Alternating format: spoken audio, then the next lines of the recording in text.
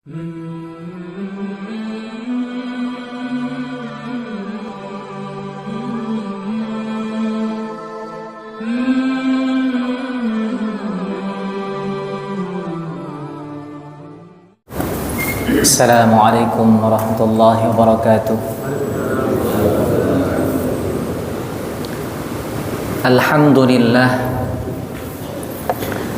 فَمَنِ ابْتَغَى غَيْرَهُ وَلِيًّا فَلَا وَلِيَّ لَهُ وَلَا وَاقٍ وَمَنْ أَرَادَ مُجَرَّدَ الدُّنْيَا فَلَيْسَ لَهُ فِي الْآخِرَةِ مِنْ خَلَاقٍ وَمَنْ أَرَادَهُمَا فَمِفْتَاحُهُ قَوْلُهُ صلى الله عليه وسلم إِنَّمَا بُعِثْتُ لِأُتَمِّمَ مَكَارِمَ الْأَخْلَاقِ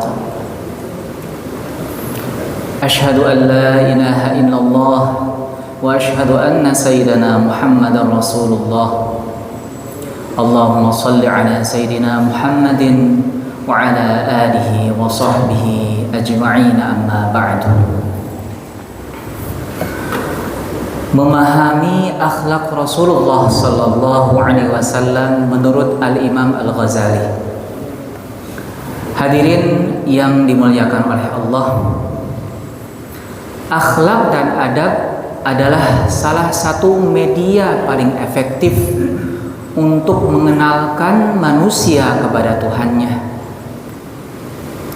Sudah banyak buktinya, sebagaimana yang terjadi di Mesir, bagaimana para sahabat Rasulullah sallallahu alaihi wasallam, mereka yang tentunya memiliki akhlak dan adab yang tinggi, sehingga tanpa ada paksaan apapun selama 300 tahun yang semula mereka non muslim, sekarang 95% adalah orang muslim. Begitupun sejarah kita, pendahulu kita terpesona oleh akhlak dan adab yang dibawa oleh penyebar Islam, sehingga dengan mudahnya memberikan hatinya dan keimanannya dan mengenal Allah Subhanahu wa taala. Akhlak pula dan adab pula lah yang dapat mengangkat seseorang ke tempat yang begitu tinggi di surga nanti. Sayyiduna Anas, sahabat Anas bin Malik radhiyallahu anhu, dalam sebuah hadisnya meriwayatkan bahwasanya Rasulullah sallallahu alaihi wasallam bersabda, "Innar rajula la yablugha a'la darajatin fil jannah," bahwasanya ada seorang hamba yang mencapai derajat yang begitu tingginya di surga bi husnil khuluq, dengan akhlak yang mulia, wa huwa ghairu 'abid, padahal dia tidak terlalu banyak melakukan kesunahan, apalagi yang banyak ya. Kemudian hadis tersebut menyebutkan wa innar rajula wa innal 'abda la yablughu asfala darajatin fin nari bisu'il khuluq. Akan tetapi sebaliknya, ada seorang hamba yang menempati dasar dari neraka karena akhlak yang buruk, wa huwa 'abid, dan sayangnya hamba tersebut mengerjakan sunnahnya banyak, tapi kesunahan yang dilakukan seorang hamba tanpa diiringi oleh akhlak yang baik kurang pas. Dan begitupun sudah masyhur ya hadis yang sebagaimana kita ketahui bahwasanya ada seorang perempuan yang dia qaimah, shaimah, dia puasa terus tiap hari.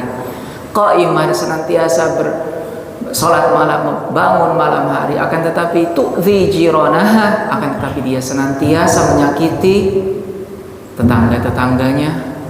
Bagaimana pendapat Rasulullah? Hiya finnar, dia ada di neraka. Ya Rasulullah, dia senantiasa sholat, mengerjakan kesunahan, dan senantiasa bangun malam. Hiya finnar, karena dia menyia-nyiakan akhlak dan adab yang mulia. Hadirin yang dimuliakan oleh Allah, begitupun adab dapat mengangkat seseorang dari segi keilmuan. Sejenak kita mengupas sejarah salah satu sahabat Rasulullah SAW, yaitu Abdullah bin Abbas. Dan kita kenal bahwasanya beliau adalah turjumanul Quran, yaitu penerjemah atau ahli tafsir Al-Quran. Dan semua ahli tafsir, kalau kita baca tafsir, kita akan senantiasa menyebut nama Abdullah bin Abbas, sering sekali. Apa rahasia beliau yang membedakan beliau dengan para sahabat yang lain? Para ulama menyebutkan sebenarnya beliau menceritakan ada dua peristiwa yang mengangkat beliau ke dalam posisi yang begitu tinggi dari segi keilmuan. Ternyata yang mengangkat itu adalah akhlak dan adab. Yang pertama, sebagaimana hadis Bukhari yang biasa kita simak, bagaimana Sayyidina Abdullah bin Abbas menyediakan secawan air wudu setelah Rasulullah SAW keluar dari toilet, dan beliau melihatnya siapa, akhlak siapa yang mulia ini, sehingga membawa dia menggerakkan hatinya, menggerakkan anggota tubuhnya untuk menyediakan kepada saya secawan air wudu. Sayyidah Maimunah mengatakan bahwasanya yang menyediakan itu adalah Abdullah bin Abbas. Dan dari akhlak yang mulia tersebut Rasulullah tersenyum dan ridho, dan akhirnya keluarlah doa Allahumma faqihu fid din. Dan dalam riwayat Ibnu Abi Syaibah ditambahkan wa'allimhu ta'wil. Dan ya Allah, jadikanlah dia orang yang paham terhadap agama, paham terhadap keilmuan, dan ajarkanlah dia bagaimana tafsir yang baik dalam Al-Quran. Itu yang pertama. Kemudian yang kedua, sebagaimana diceritakan oleh Imam Ahmad, diriwayatkan dalam sebuah hadis, qala Abdullah bin Abbas, Sayyidina Abdullah bin Abbas menceritakan bahwasanya ataitun Nabiyya sallallahu alaihi wasallam, saya datang atau mengunjungi Rasulullah sallallahu alaihi wasallam fi akhiril lail, pada sepertiga malam terakhir. Fa shallaitu khalfah, kemudian saya salat di belakang beliau. Fa akhadha bi yadi, kemudian Rasulullah sallallahu alaihi wasallam menggenggam tangan saya. Fa akhadani fajarrani faja'alani hidha'ah. Kemudian Rasulullah sallallahu alaihi wasallam membawaku, ya, menggandengku, dan kemudian menjadikan saya di posisi sejajar dengan beliau. Ini mungkin yang sebagaimana diambil oleh pendapat Hanabilah, ya, madhab Hambali, yang mengatakan ketika ada seorang makmum sendiri itu sejajar dengan imam. Falamma aqbala ala salatihi, kemudian kata Sayyidina Abdullah bin Abbas, ketika beliau akan memulai salatnya, fakhanastu, saya mundur. Nah, ini yang diambil pendapat oleh jumhur ulama. Jadi ketika salat seorang imam dan makmumnya sendiri, itu makmumnya agak mundur. Jadi kedua-duanya benar. Kedua-duanya ada dalam hadis, ya. Jadi tidak usah saling menyalahkan. Fakhanastu, kemudian saya ta'akhartu, saya mundur sedikit dari posisi Rasulullah sallallahu alaihi wasallam, karena Rasulullahnya sudah salat, ya. Tentunya Rasulullah tidak melakukan hal-hal yang lain selain salat. Falamma sarafa, kemudian ketika Rasulullah sallallahu alaihi wasallam selesai melakukan salatnya, qala li, Rasulullah bertanya kepadaku, ma sya'ni ja'altuka hidha'i fatakhnas, apa alasan engkau ketika saya menjadikan kamu sejajar dengan saya tapi kamu mundur? Dari jawaban Abdullah bin Abbas, jawaban yang diiringi oleh adab, jawaban yang diinisiasi dengan akhlak yang tinggi. Beliau mengatakan, ya Rasulullah, aw yanbaghi li ahadin ay yakuna hidha'ak wa anta Rasulullah. Ya Rasulullah, bagaimana mungkin siapapun akan sejajar dengan engkau, sedangkan engkau adalah Rasulullah, dan Allah alladzi a'ta, dan Allah yang memberikan kepada engkau. Fa'ajabtuhu, ya, maka Rasulullah SAW tersenyum, dan jawaban itu, jawaban yang dipenuhi dengan akhlak dan adab itu membuat Rasulullah SAW bahagia, sehingga adab tersebut Rasulullah SAW mendoakan beliau, fada'ali ayyazidani ilman wa fahman. Rasulullah SAW mendoakanku supaya ilmuku bertambah dan pemahamanku bertambah. Adab dan akhlak yang mengangkat ilmu seseorang begitu tinggi. Hadirin yang dimuliakan oleh Allah. Kemudian, apakah ada hubungan antara adab dan akhlak ini dengan sebuah agama atau dengan Islam? Ataukah Islam yang memonopoli adab dan akhlak ini sehingga tidak memberi kesempatan kepada manusia atau non-muslim yang lain untuk beradab? Hadirin yang dimuliakan oleh Allah, ternyata Rasulullah SAW memiliki jawaban itu. Kita tidak menampik realitas bahwasanya ada beberapa orang meskipun ia non-muslim akan tetapi memiliki adab yang tinggi. Itu karena apa? Karena Rasulullah SAW mengungkapkan dalam sebuah hadisnya yang sebagaimana yang kita sudah pahami semuanya, innama bu'ithtu liutammima makarimal akhlak, bahwasanya saya diutus untuk menyempurnakan akhlak. Jadi akhlak itu ada di mana? Di fitrah manusia. Akan tetapi kalau seandainya manusia tidak beriman, maka akhlaknya tidak sempurna. Fitrahnya itu tidak sempurna. Kenapa fitrah? Perlu dijelaskan bahwasanya harus memahami perbedaan antara karakter, tabiat, antara gharizah, insting, antara fitrah. Ya, fitrah itu apa? Ma yumayyizul insan, sesuatu yang membedakan antara manusia wa baqil hayawanat dengan hewan-hewan yang lain. Itu wa yamilu wa tamilu hadhil fitrah ilal haqq, yaitu yang fitrah ini menjadikan manusia condong terhadap sesuatu kebenaran. Berbeda dengan insting. Kalau insting itu adalah sesuatu yang sama-sama dimiliki oleh hewan dan manusia. Kita makan, hewan pun makan. Kita tidur, hewan pun tidur. Akan tetapi fitrah ini hanya dimiliki oleh manusia, dan itu dikuatkan oleh hadis. Kullu mauludin yuladu 'alal fitrah. Semua yang terlahir di dunia ini adalah terlahir dengan fitrah. Maka kita tidak heran ya, mungkin bisa kita lihat di YouTube, ada orang atau anak yang terlahir dalam keluarga ateis, ada anak yang terlahir di keluarga non muslim. Yang kalau kami simak ya, ketika kami di Mesir, ada anak orang Masehi ya, orang non muslim, akan tetapi tiap kali adzan dia itu ikut adzan, sampai doanya dia hafal. Orang tuanya tidak pernah mengajarkan itu. Dia salawat ikut salawat. Luar biasa. Ini adalah fitrah ya.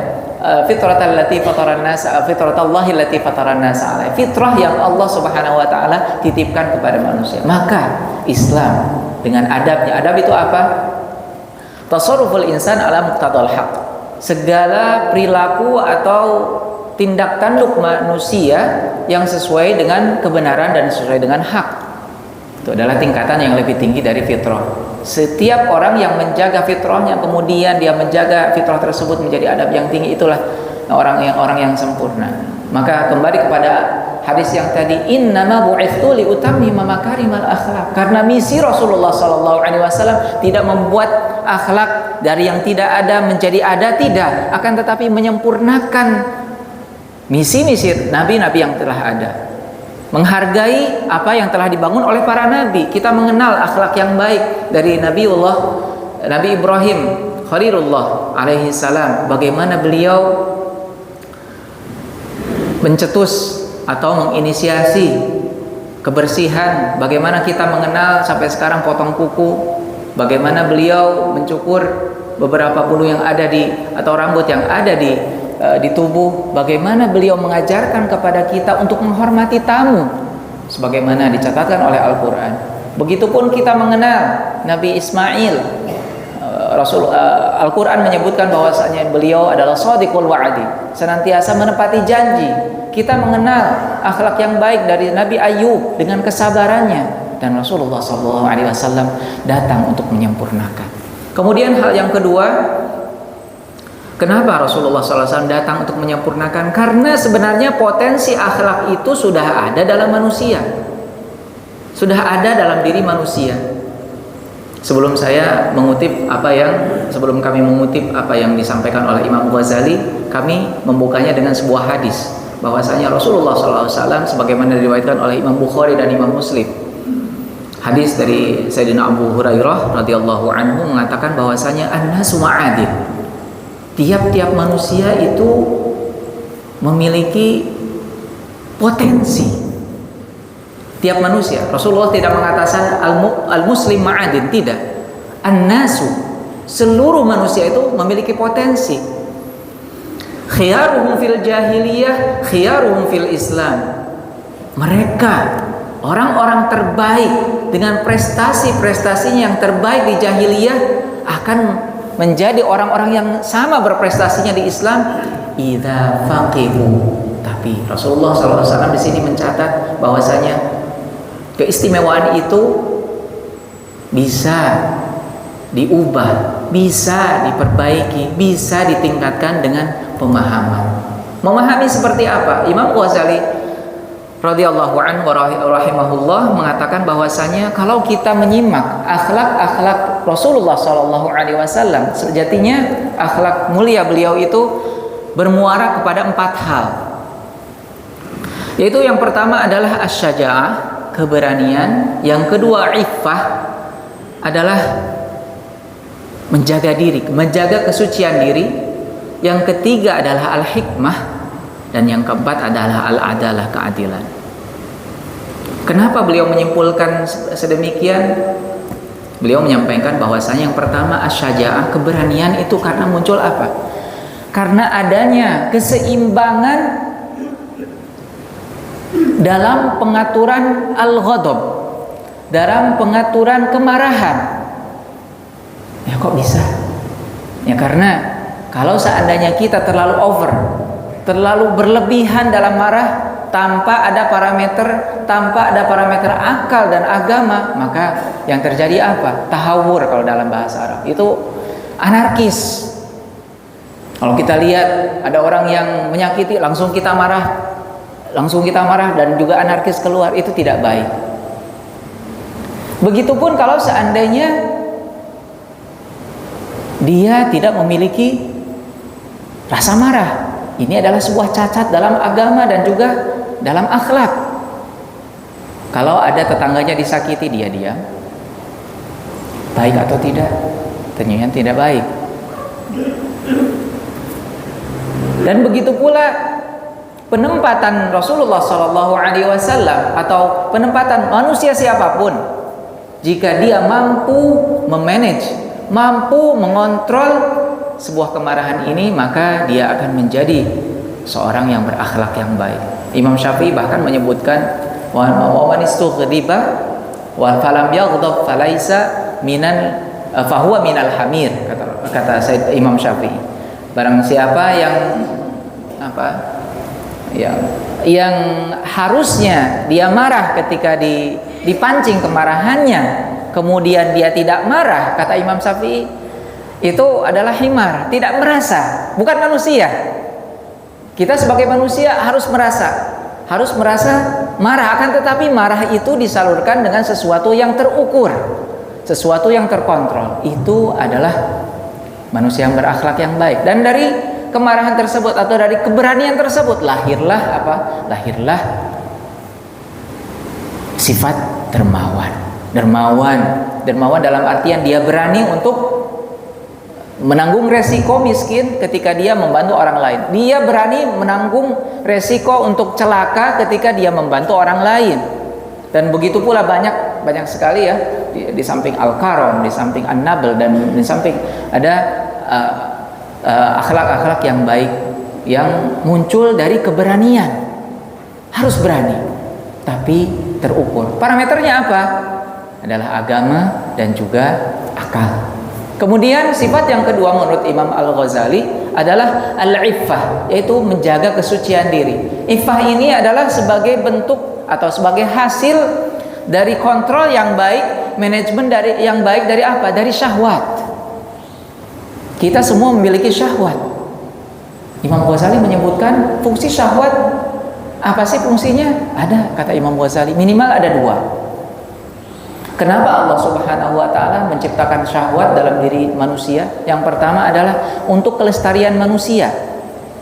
Dengan syahwat kita akan ada nafsu makan.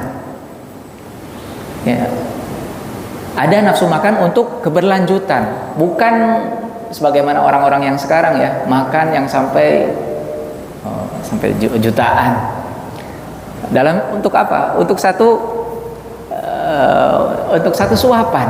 Itu sudah berlebihan. Ini sesuai dengan tujuan diciptakan oleh Allah atau tidak? Nah, kembali kepada masing-masing orang. Yang kemudian untuk keberlanjutan juga ada pernikahan untuk senantiasa melanjutkan eksistensi dari manusia. Yang kedua, fungsinya kata Imam Ghazali untuk memotivasi sebagian hamba dengan surga.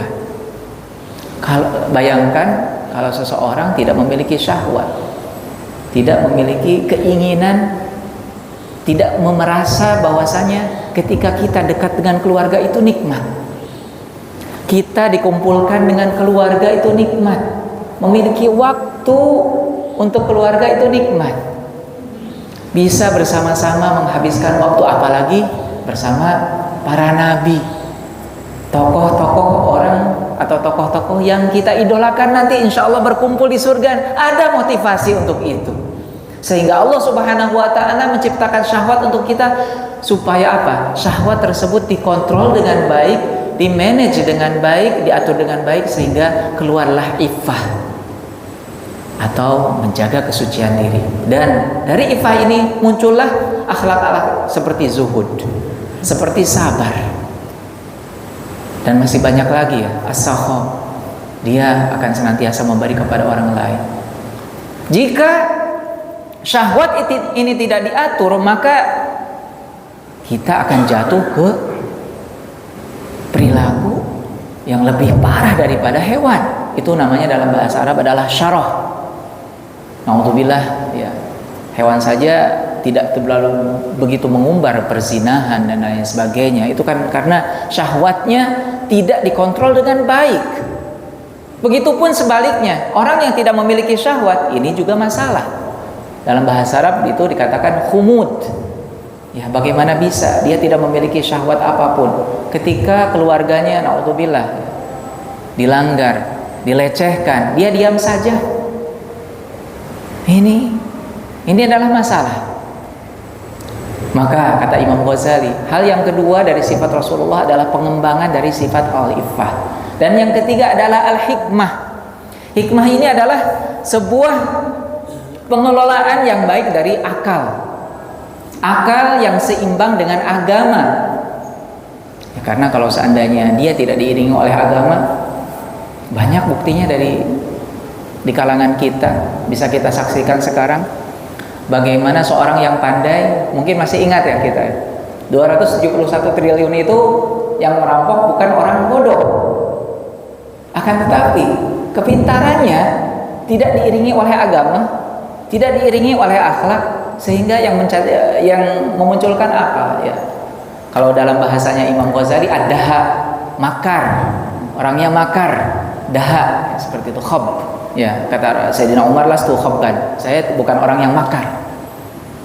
Begitupun sebaliknya, jika seorang tidak mengoptimalkan akalnya dia, maka jatuh-jatuhnya menjadi bala, jadi kebodohan, dan tidak mampu mengatur dirinya, tidak mampu memanage waktu yang dia miliki, kesempatan yang dia miliki. Dan hal yang keempat adalah yaitu sifat adil, mampu menempatkan mana yang wajib, mana yang sunnah, mana yang mubah, dengan apa? Dengan prioritas, skala prioritas yang baik. Itu adalah akhlak Rasulullah SAW.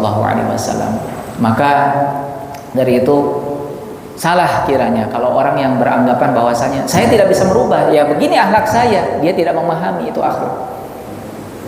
Bahwasanya akhlak itu bisa berubah jika dia mengenal potensi yang dia miliki. Dan hadirin yang dimuliakan oleh Allah, sebagai penutup, bahwasanya tadi mengungkapkan bahwa Imam Ghazali menyebutkan 4 parameter akhlak yang bisa kita dapatkan dari Rasulullah. Akan tetapi parameternya apa? Yaitu akal dan agama. Ya karena kalau seandainya akal saja dan tidak diiringi oleh adab, maka akan hancur. Sebagaimana sebuah peribahasa atau idiom ya yang dikemukakan oleh para ulama, apa peribahasanya itu? Ma faza man faza bil adab. Tidak akan ada orang yang begitu beruntung mendapatkan sesuatu dalam hidupnya kecuali dengan adab. Ya sebagaimana tadi ya, sahabat Abdullah bin Abbas. Akan tetapi di sisi lain ini, wa ma saqata man saqata bisuil adab, dan tidak ada orang yang jatuh terhadap curang kehinaan yaitu kecuali dengan suul adab. Kita ambil contoh terakhir insyaallah. Ini ada seorang makhluk yang menggunakan logika tapi tidak dibarengi oleh agama. Logikanya apa? Logika yang ia munculkan tapi bertentangan dengan perintah Allah. Ketika perintah Allah dikatakan kamu sujud, tapi logika dia mengatakan kok bisa saya sujud? Saya tercipta dari api. Sedangkan orang yang saya disuruh bersujud kepadanya diciptakan dari tanah. Dia menggunakan logika tapi tidak menggunakan agama. Kalau seorang muslim tidak akan seperti ini, tidak akan jatuhnya seperti ini. Maka Rasulullah SAW mengatakan inna mau'itsu li utammima makarimal akhlak, karena kami diutus untuk menyempurnakan akhlak. Karena dalam agama ada sebuah kaidah la ijtihada ma'an nas. Kita tidak boleh menggunakan logika kita jika logika tersebut bertentangan langsung dengan nas. Ya Allah Subhanahu wa taala menyuruh sujud, ini tidak sujud. Tapi selama logika tersebut tidak bertentangan, ya salah satu contohnya misalkan ini kan waktu kita banyak dalam satu minggu. Misalkan kita memiliki kebiasaan untuk bersilaturahmi. Saya menginisiasi untuk bersilaturahmi, ada jadwal silaturahmi kepada keluarga selama 1 minggu, misalkan di hari Jumat. Itu nggak apa-apa. Ini karena ini tidak bertentangan. Tapi ketika ada perintah agama, perintah dari Allah Subhanahu wa taala untuk bersujud, dia menggunakan logikanya. Dalam ayat diungkapkan, "Wa ma kana lil mu'minin," dan tidaklah boleh bagi seorang mukmin idza qadallahu wa rasuluhu amran, ketika Allah Subhanahu wa taala menyuruh sesuatu, ketika Rasulullah SAW menyuruh sesuatu, ayyakuna lahumul khiyaratu min amrim, dia memiliki pilihan sendiri, tidak boleh. Nah, maka dengan itu sesuai dengan kaidah atau peribahasa yang tadi, bahwasanya tidaklah seseorang begitu hina atau jatuh ke dalam jurang kehinaan kecuali dengan suul adab. Iblis adalah buktinya. Demikian yang dapat kami sampaikan. Mudah-mudahan Allah Subhanahu wa taala berkenan membimbing kita, membimbing keluarga kita untuk senantiasa mencapai akhlak dan adab yang mulia, dan untuk senantiasa didekatkan tempat kita dengan Rasulullah dan orang-orang yang terkasihnya nanti di surga. Wabillahi taufiq wal hidayah wa ridha wal inayah. Wassalamualaikum warahmatullahi wabarakatuh. Assalamualaikum warahmatullahi wabarakatuh.